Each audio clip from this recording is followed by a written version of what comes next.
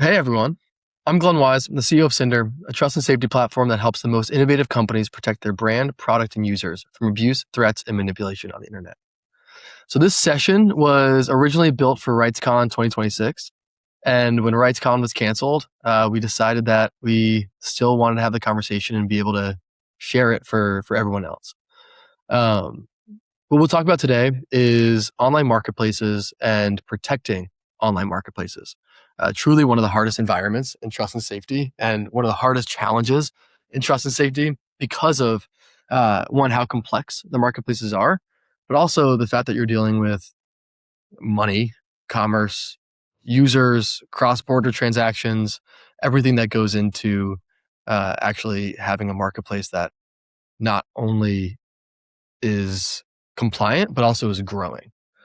Um, and in that too, having now with AI, the pace of threats that are growing, but also the opportunities to leverage it in growth and in protecting your users and your platform.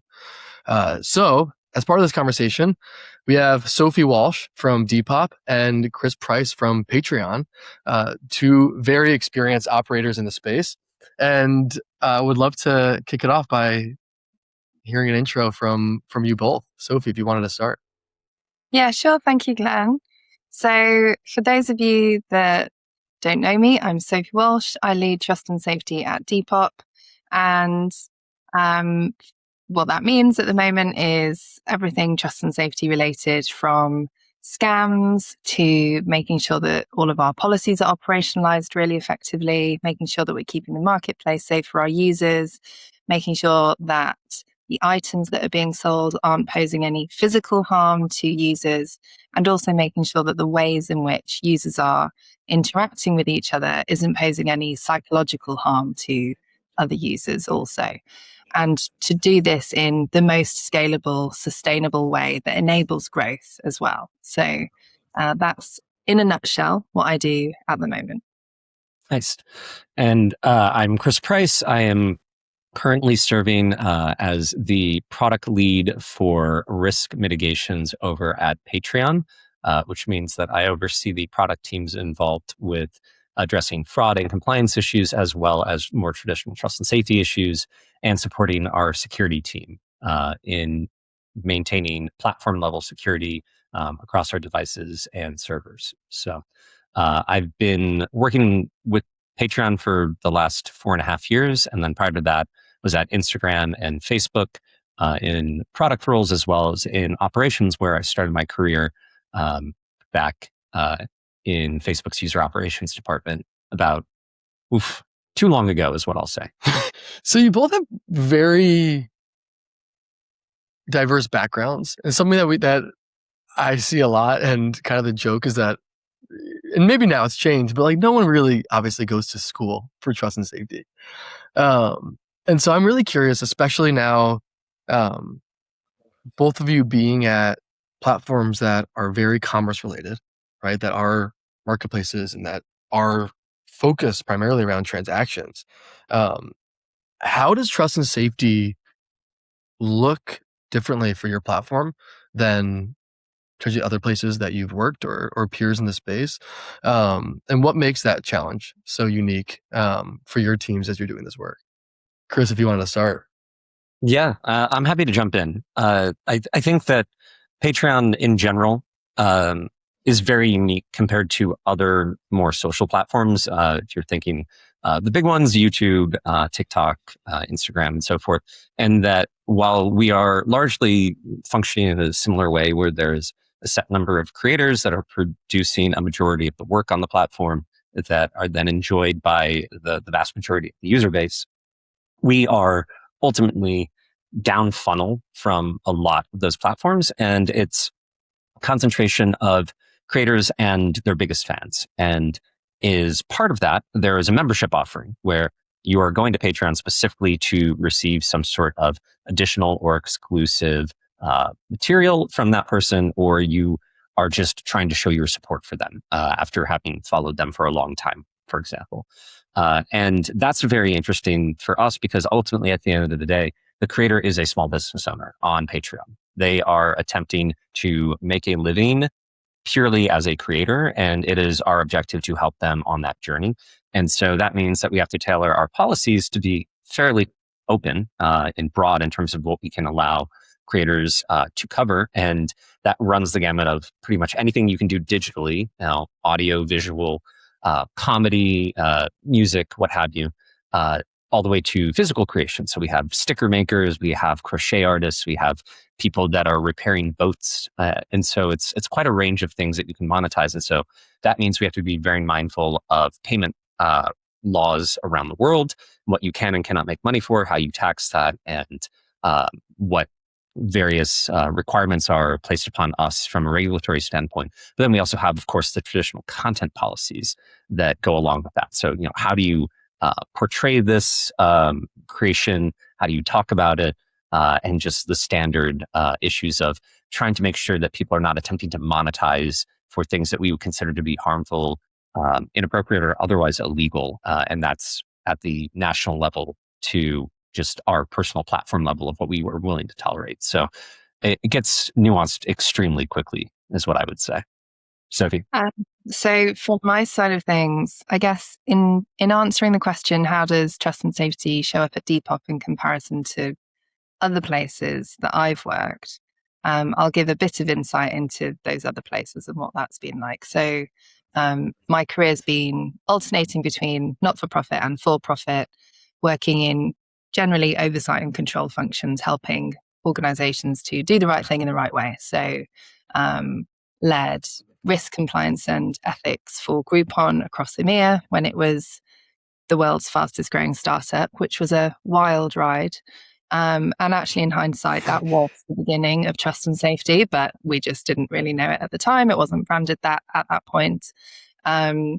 And then did a total 180 in terms of sectors and moved into international development, where I worked at Oxfam for 7 years in a few different senior leadership positions there. So joined as head of regulatory compliance, moved into a head of risk and assurance role, moved into a deputy director of integrity and ethics role. So all the while kind of overseeing safeguarding, integrity, ethics, fraud, investigations, compliance. Very similar, really, in terms of the aims. You want to manage risks. It's just that the risk vectors change slightly between functions. But the approach generally is always get in front of it as much as possible, prevention over cure, because there is no such thing as cure in that space. And just like mitigate as much as you can upstream as possible. And then moved it to Depop. And I'm now at Depop leading their trust and safety function globally. So how trust and safety shows up differently at Depop compared to in other organizations is, I guess I've had the privilege of enabling it to develop into what I would consider now to be a very mature trust and safety operating model, which actually recently was validated by an external expert organization who did an evaluation of Depop's trust and safety operating model against the ISO safety framework. So that's not just me marking my own homework there. And I think obviously we've got the benefit of time on our side. The sector has evolved, tooling, tech stacks have evolved, people's understanding of trust and safety has evolved, people's understanding of the relationship between trust and users and retention and growth for a business has evolved from previously thinking it's a cost center to truly seeing it as a driver of value and growth. So I think it's not, the differences that I've observed aren't necessarily only down to the difference in organizations, but actually have been enabled due to the passage of time and the evolution of the trust and safety ecosystem in many ways. So, and I think we'd probably see that trend mirrored across lots of organizations just through the passage of time and the evolution. So I think one of the things that's probably changed about trust and safety, in addition to it now being seen more as a driver of value and growth, is particularly in digital platforms, I think product teams pulling trust and safety into their conversations, which historically may not necessarily have happened quite so much as it does now. I think every organization is probably on its own journey in that respect, and some will be much more well embedded into a safety by design, safety forward culture than others. But I think that's probably one of the other major elements that's changed, whereas historically we wouldn't have seen that happening very much. You would have had to have really elbowed your way into those conversations to say, there's a trust and safety consideration here, guys. Let's make sure we're not going to be creating whatever issue you've spotted. So all good changes, I think, and I'm sure more to come. So it'll be fascinating to see how it evolves. Sophie, how do you balance this notion, right, of like moving from cost center to growth center, right, or engine for growth? There's probably so many factors that go into that, right? Because like we see things like there's like a compliance angle that like no matter what, there's like things that you need to be compliant on, or from a regulatory perspective, and from child safety and everything else that's happening. There's also there's also like a user experience angle, and how do you make sure that what I'm assuming for a marketplace is, people are still posting listings and people are still purchasing, and that growth is going up, and there's this tension across, okay, what do we need to do legally, right, from a regulatory compliance angle and all the other compliance that teams need to do, and then how do we build like a really great user experience, which trust and safety is like really critical for. And so how does that show up in how your team views success, but also probably how the team reports success to leadership and communicates to the board, and what's been sort of an effective mechanism as you've transitioned the team from, this perspective of a cost center to this really great kind of cycle of growth for the company? We've just been on a big journey at Depop in relation to all that you've just described over the last year and a bit, I'd say. So we started 2025 in a position whereby I think it's fair to say trust and safety probably was mostly viewed as a cost center. And that's not in any way a criticism of anyone or anything. That's just how it was. And we decided to make some quite significant changes and do a 180 in terms of how we approached moderation on the platform, because we were listening and learning from users and what they were telling us. And what they were telling us was that we were probably over-indexing on quite a heavy-handed way of enforcing when it came to moderation. So we were probably taking down too many listings. We were probably enforcing with too heavy-handed consequences for users, i.e., for example, we were banning users a bit too readily. So what we decided to do was we totally pivoted and we created a lot more leniency within the system for users. And so we prioritized education, user education. We made sure that users understood what the policies and the rules were and how they could comply with them. We made sure that in the instance that they did violate a policy, we gave them opportunities to reform and understand what they did wrong and understand which rule they had broken and why, and what they could do going forward in order to avoid making that same mistake again. And what we learned by making these changes was that actually we didn't increase any risk materially on the platform by enabling some users to stay on the platform whom we may have historically chosen to ban instead. And we saw some really significant shifts year on year in terms of metrics. And because the user experience was the key thing that we wanted to change within that transformational piece of work, we didn't have commercial targets attached to that. However, a very nice side effect of all of that work was that we did see really significant commercial uplift happening. And so this was the narrative and the story that I was then able to tell to our execs to say, listen, trust and safety is serious business. We can really impact the bottom line. And that was very enabling in order to enable that mindset shift from viewing trust and safety as a cost center to viewing trust and safety as a value of driver and growth. That's Yeah. awesome. Chris, what about you? I can relate to a lot of what Sophie is sharing there, and she touched on a number of points that I think Patreon, we have a lot of commonalities. Which, starting with the earliest part of it, is the question of trust and safety and content moderation as this cost center within the business. And I'll be honest, we've done the analysis on that. In fact, we did one last year, and we just did one in the last few months, just to get a general steer on what are we investing as a business, how does that compare to the growth of the business, and do we feel comfortable with that level of investment?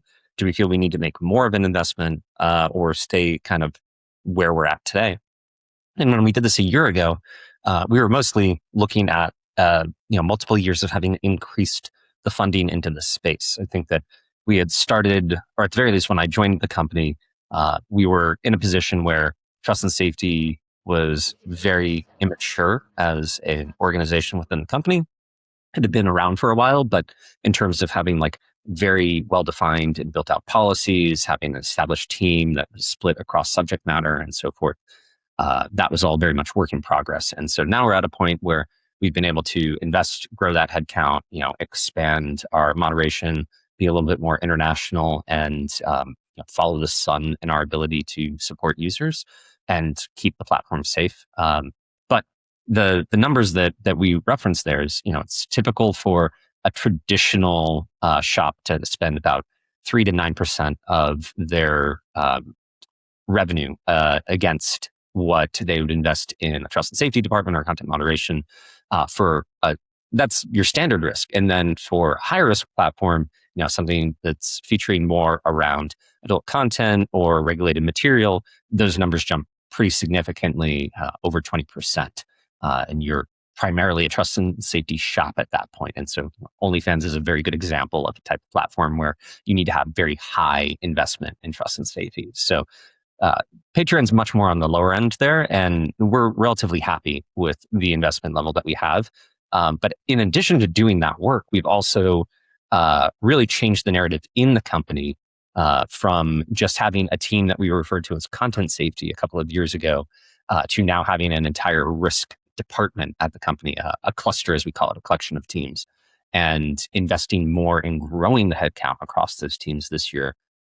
And in the year before. And so we've been on a growth path for the last couple of years. And I think that we're finally at the right size to effectively cover a lot of the risk that the platform had sort of inherent, as well as to keep pace with the growth of the platform as we expand into these new, more like fan-centered experiences, whereas historically we've been very creator-centered in what we've been trying to do. So in short, I think that it's great to have a sense of what your level of investment is.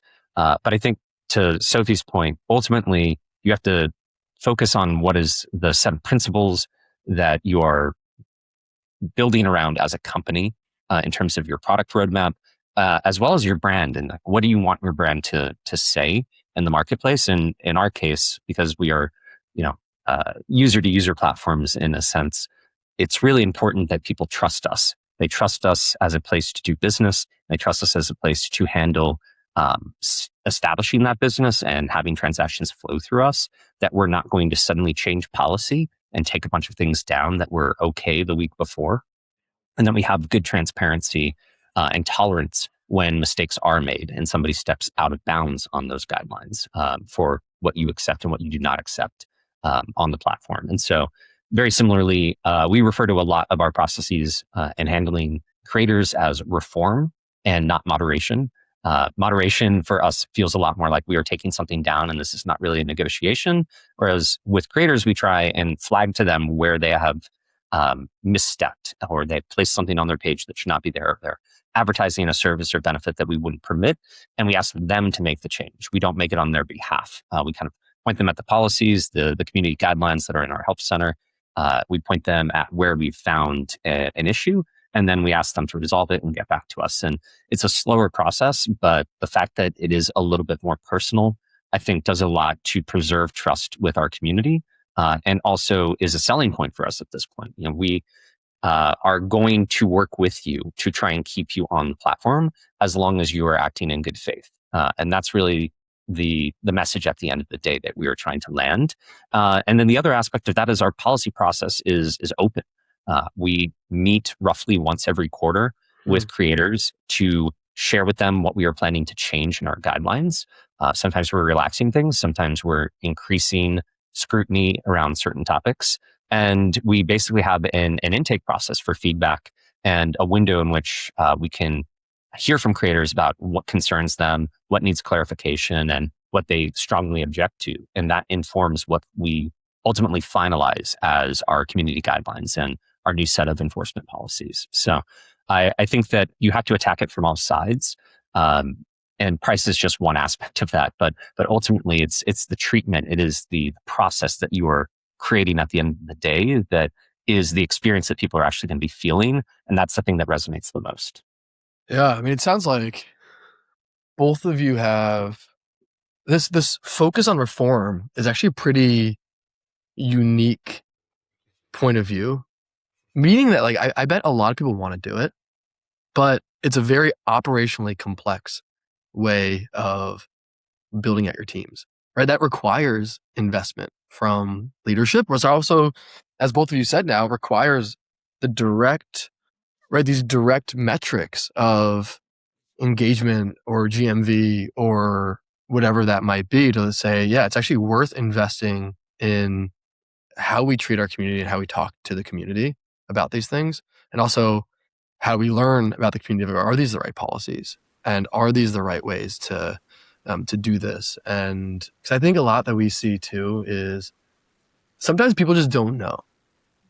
Or like sometimes people just don't know. Obviously, there are very obvious, egregious harms that occur where it's like, this is unacceptable.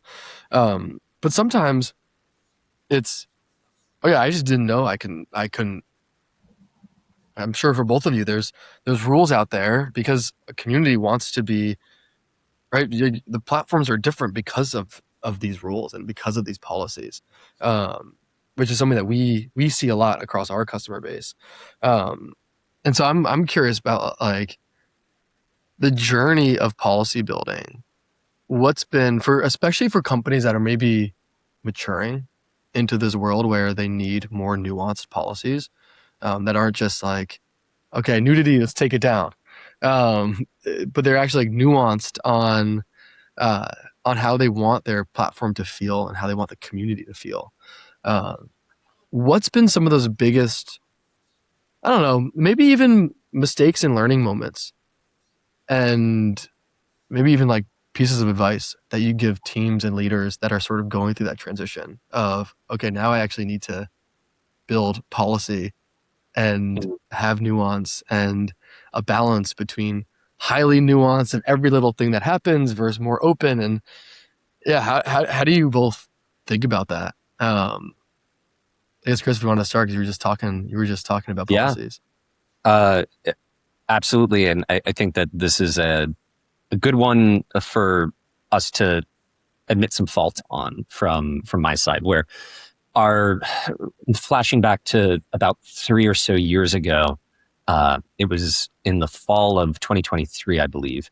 And that was when we first started to see, it was after the summer where AI image and video models really started to turn a corner and get from just things that looked cartoonish and Dali-esque, very surreal, to actually, wait a second, you can make things with this and it's pretty good now.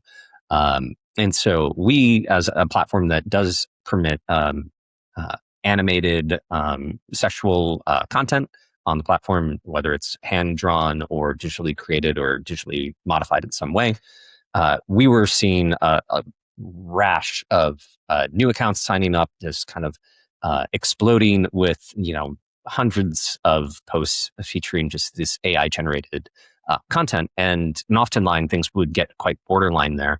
But this also drew the attention of payment processors who really did not want to support any sort of agentic or synthetic AI generation systems. And so while we permit the material, although we obviously believe that the craft needs to be there, we don't want to just be a posting platform for AI generated material. We want there to be thought and intention behind it from the person who's using AI tools.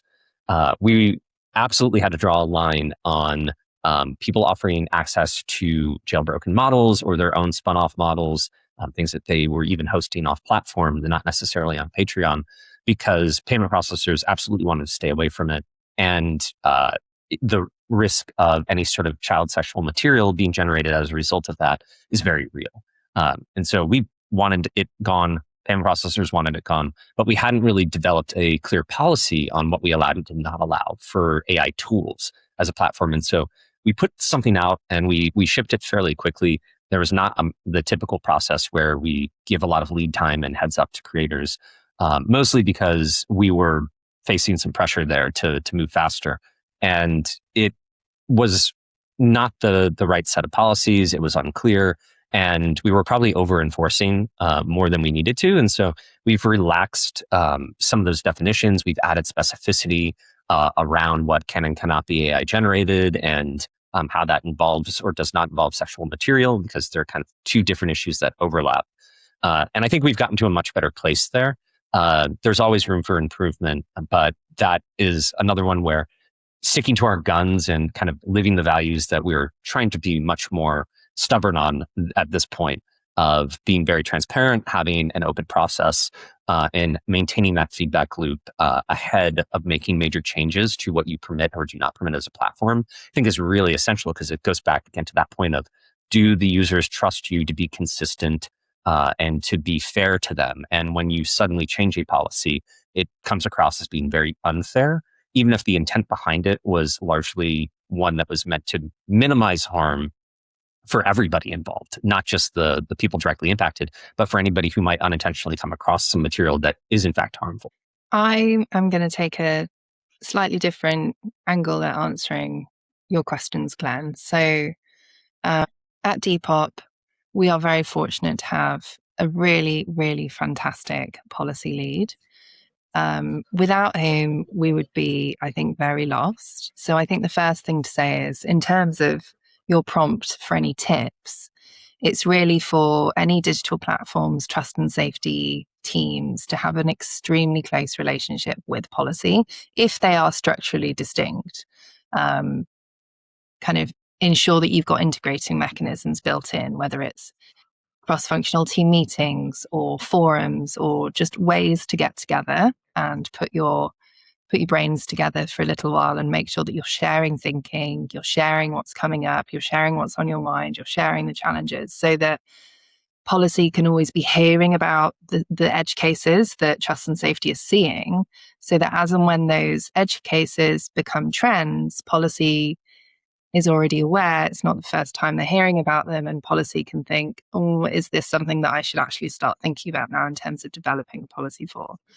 So the first tip, I think, would just be to have a really, really close relationship with policy.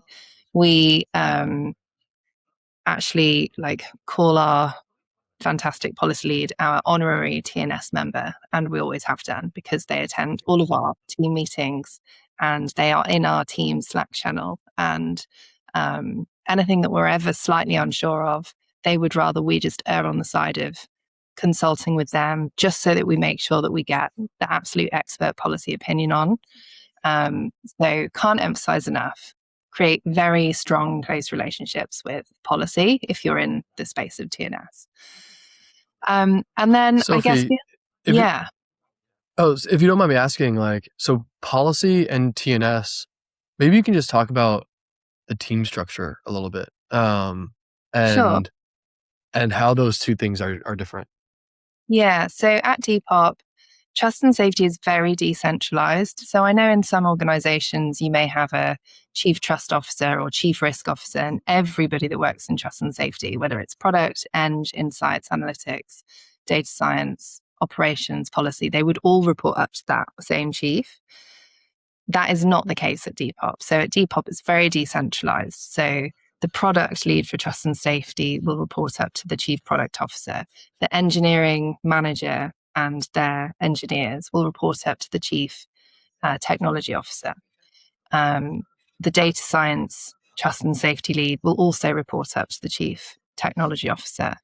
Then you have trust and safety, which is what I lead, and we report into the VP of customer experience, who sits on the exec team with the other chiefs. There's obviously no right or wrong, but that is just how it is at Depop. So yeah, that makes sense. Chris, what is the structure like at Patreon? I think you said there's all of risk is now in one team. Yes, that's true on the product side. I love this, by the way. This is like a decoder question. How are you structured? How do you make decisions? We're a little bit more simplified than what Sophie's described at Depop. We have two branches that we have to worry about. So on the what we call our EPD side, which is engineering, product, and design, we have the risk cluster of teams. So I oversee that area, and then we have a safety engineering team. And within that, we have what we call our risk machine learning team or risk ML team, just kind of functioning like a pod that supports all of the risk teams. They don't just work on content moderation or image detection models for the purposes of trust and safety. They work on fraud models and some other issues in space. But that's effectively the engineering and product structure. And then on the operations side, it's a little bit more streamlined where we have a VP of trust and safety, Eric Kahn. Hello, Eric. And he reports up to our general counsel, Colin Sullivan, who then reports up to our COO, Paige Fitzgerald. So we have policy and trust and safety sitting quite side by side.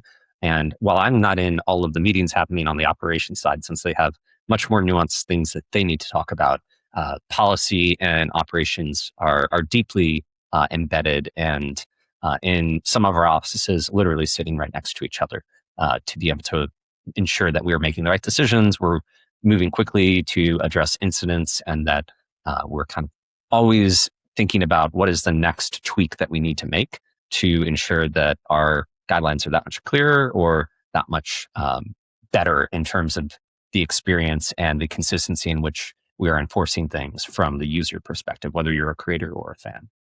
So now I need to ask, it's 2026, you need to ask the age-old question.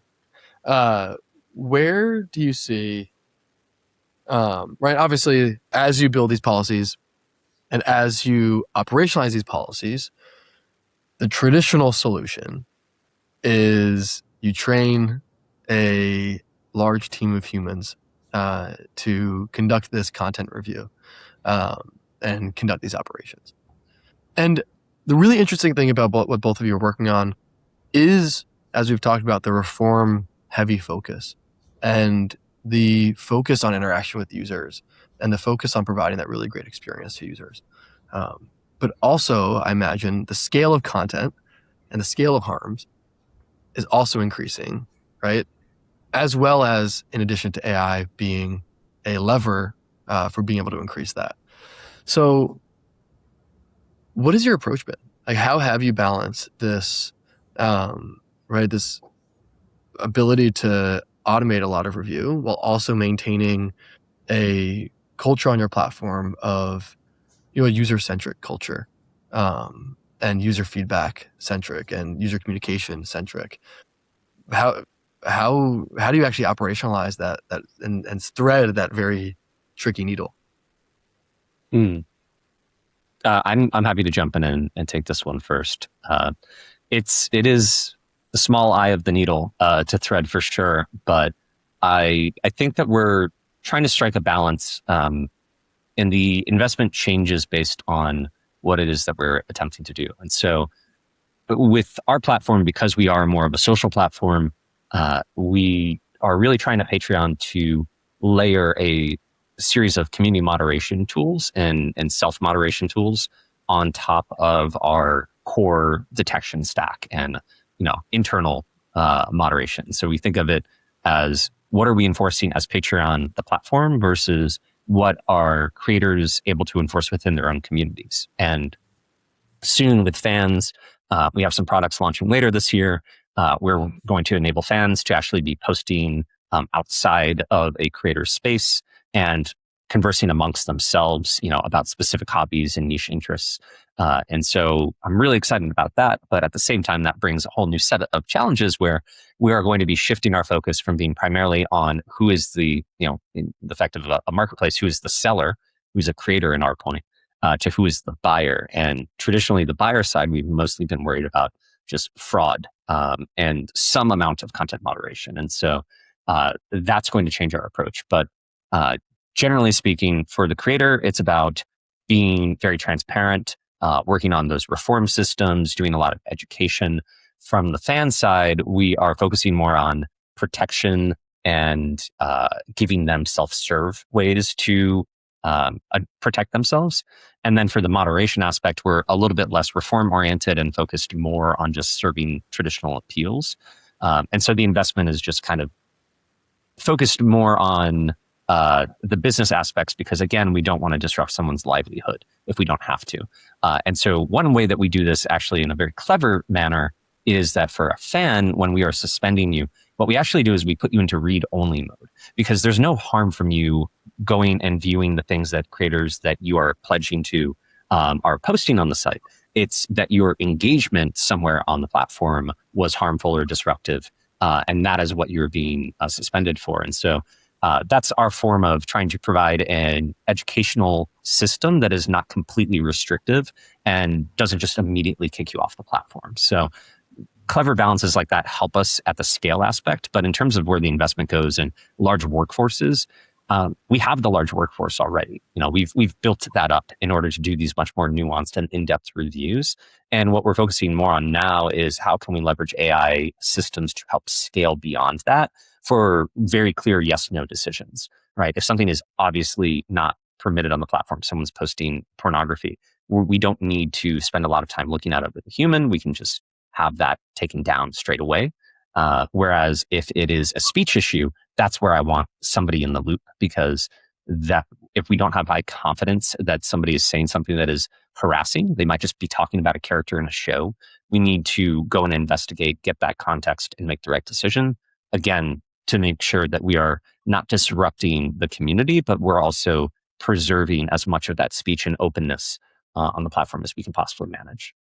And it's very similar at Depop, actually. So in terms of things that Chris has said, like, we've invested in and we've already got the kind of substantial human resource to do the bulk of moderation. We're in the same position there. What we're looking at also is using AI to enable scaled moderation in a very sustainable way. At Depop, which is a significantly growing business, we're very fortunate that Depop's growth has just been very, very strong year on year for the last few years. And so we really need something that's going to enable us to scale effectively, whilst also meeting all of our legal and regulatory obligations. And so it's great that lots of the market, lots of the products available on the market enable kind of built-in ways to meet those regulatory obligations. That's been great to see evolve.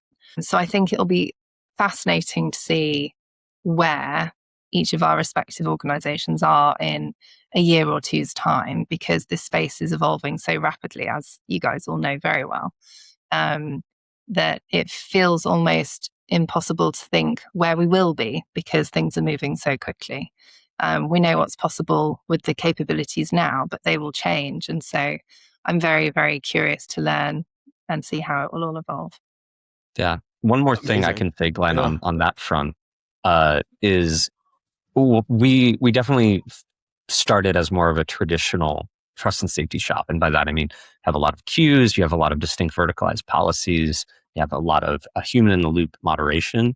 And one of the things that I'm very excited about that we're exploring this summer is really looking at more of these tailored small language models and solutions out there, agentic AI solutions that are designed specifically for content moderation. I think that it's actually a really great time to be starting up a trust and safety department at a small company, because the amount of information that's out there, the amount of expertise that has just bubbled up in the tech sector in the last 20 years, you're never going to have more people and more systems at your fingertips to be able to go and quickly start addressing a problem in a basic way than ever before.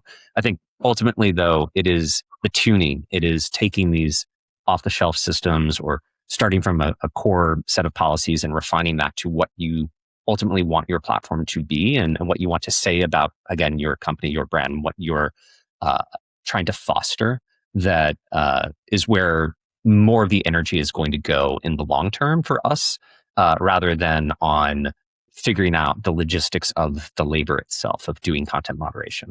I'm hoping that those days are behind us as an industry, just because this is grueling work and very mentally taxing. And so if we can offset some of that mental harm to the moderators, I think that that's really where I want to be focusing in the next couple of years, is finding ways to take the most extreme material and remove the human in the loop element as much as possible without necessarily increasing risk for our users or for our business. Awesome. All right. I think we're at time. Before we go, thoughts on this? What is one trust and safety hot take that both of you have? About trust and safety as an industry, or just a general about the job, about trust and safety as an industry, about an approach? I don't think it's my non-spicy take would be that content moderation is probably scapegoated far too often outside of the industry, and it is secretly the thing that we all want some amount of. But when you describe it in the words content moderation, it does not sound like it is a service or a benefit. And so I think that we've probably had a branding problem for a long time in how we talk about this space. I think we might still have a branding problem, but time and history are proving that this is an important space. People value this. They seek platforms that are intentional about moderating. And I am very proud to work at a place that is trying to strike that balance. But I do think that our terminology could maybe use a little tuning at times. So not the spiciest take, but that's what jumps to mind for me. Sophie, what about you? I'm also going to offer probably a non-spicy take on this. And I'm not even sure it's really a hot take, but it's something that I do feel really strongly about, which is I just genuinely believe that this is a really fantastic opportunity for people to go into for their career. I think it's a really incredible mix of being able to have some like positive impact on the world because you're creating safer spaces online, which surely is a good thing and that everybody is going to benefit from. Older generations, current generations, younger generations, generations that don't even exist yet, right? Like there's some real greatness in doing that work. And it's also really challenging. So it can be really intellectually stimulating.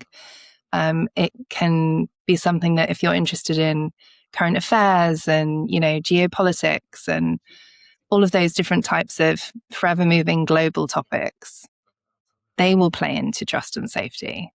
It enables you to meet people from all over the world. It enables you to enhance your understanding of different cultures around the world and cultural norms, because people approach one issue from different cultures in a very different way. If you're fortunate enough, it may open opportunities to travel a bit. It's just a really interesting mix of lots of great things. So if anybody's listening to this and thinking that they were considering going into trust and safety, I'd really wholeheartedly encourage you to explore that interest, because I think it's great. Amazing. Well, Sophie, Chris, thank you so much.